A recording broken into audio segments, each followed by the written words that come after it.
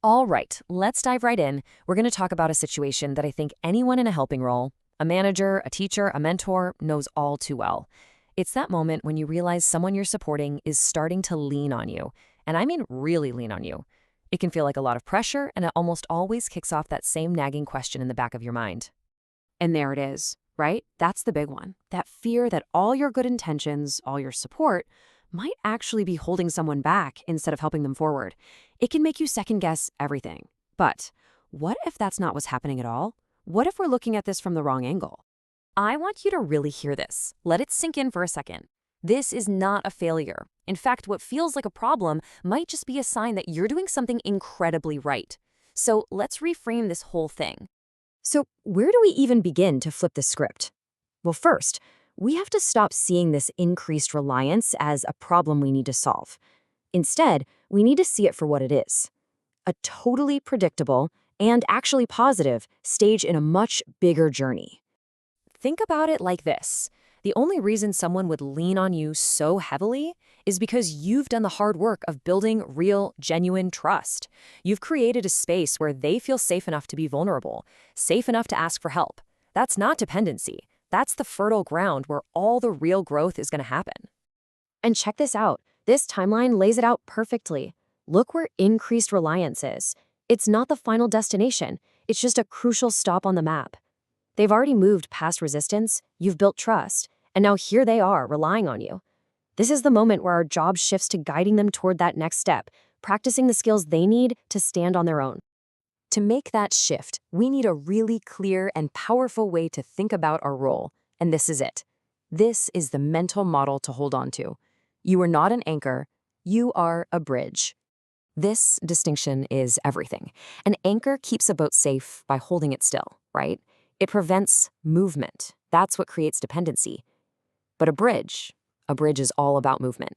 It offers temporary support to get someone from a shaky, uncertain place over to solid ground on the other side. The bridge isn't the destination, it's just the way to get there. So what does being a bridge look like in the real world? Well, it's an active job. You're teaching skills, you're helping them see and strengthen their own support system, their friends, their family. And, this is so important, you are intentionally, thoughtfully planning to fade your own involvement over time. The whole goal is to build their confidence so it lasts long after you're gone. Okay, so you're ready to be a bridge. Awesome. But where do you start? Well, before you do or say a single thing, the very first step is to just pause and look inward. We have to figure out what's really going on before we can respond effectively. First, you just got to put on your detective hat. Get curious. What are the actual patterns here? Are they reaching out more right before a big deadline? Is it happening around a specific stressful situation? Just noticing these patterns is your first clue to understanding what they really need underneath it all. And next, and this can be the tough part, you got to check in with yourself. How are you feeling about this? Do you feel pressure, a heavy sense of responsibility?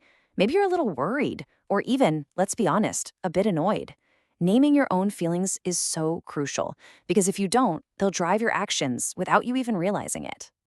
Okay, so once you have those two pieces of information, what you're noticing in them and what you're feeling in yourself, now you can start to put it together. What might this all mean? Is this just a beautiful sign that they trust you completely? Or is it maybe a sign that they're terrified of messing up? Or, it could be as simple as they literally don't have anyone else to turn to. Shifting from a gut reaction to this kind of thoughtful analysis is what unlocks everything. All right, so once you've done that inner work, you're in a much better place to actually act. So in this next part, we're going to get super practical and look at a toolkit of questions you can start using in your conversations to gently shift the dynamic away from reliance and towards real, lasting independence. And this right here is the golden rule. It's the absolute non-negotiable first step. Before you try to change anything, you have to protect the trust you've built. Just starting with something like, "I'm so glad you felt you could call me about this," does exactly that. It tells them they did the right thing by reaching out, which makes them so much more open to what comes next. This table is basically your conversational cheat sheet. Every one of these questions is like a key. Instead of giving them the answer, you ask, "What have you tried so far?" And boom, you've just activated their own problem-solving brain. When you say, "You know the situation best, what feels right to you?" you're handing the power and the ownership right back to them. And asking who else could support you starts the process of weaving a bigger, stronger safety net for them, so you're not the only one holding it. Now, those questions are amazing for those in the moment conversations, but sometimes you also have to zoom out a bit and gently but clearly talk about the overall goal of your relationship. This is all about setting expectations in a way that feels supportive, not scary. This is such a fantastic script you can adapt. It's so powerful because it's not a rejection at all. It's a vote of confidence in them. You're basically saying, my goal here is to work myself out of a job because I truly believe you've got this. It's empowering. It lets them know you're not just going to disappear, and it makes the purpose of your work together crystal clear. Okay, let's be real for a minute. This work is not easy. There are absolutely going to be times when you feel stuck or overwhelmed, or you're just not sure if you're making the right call. In those moments, the single most important thing to remember is that you are not supposed to have all the answers by yourself. Seriously, reaching out for support is what the pros do. It is a sign of strength, not weakness. Talk to a supervisor, grab a colleague and role-play a conversation you're nervous about. Get another brain to help you map out how you're going to slowly fade your support. This isn't just about getting help. It's how we all get better at this incredibly challenging and rewarding work. So let's just pull this all together. What are the big takeaways here? First, the connection you've built is never the problem. It's the whole foundation. Second, that trust you've earned, it creates this amazing opportunity for growth. Third, taking a moment to reflect on your own gives you the roadmap for what to do next. And finally, real sturdy independence isn't given. It's built, one small step at a time, with you acting as that supportive bridge to the other side. And this is the idea I really want to leave you with. The next time you feel that weight, try to see it not as a burden, but as the highest compliment. It's proof that you succeeded in building a safe, trusting relationship.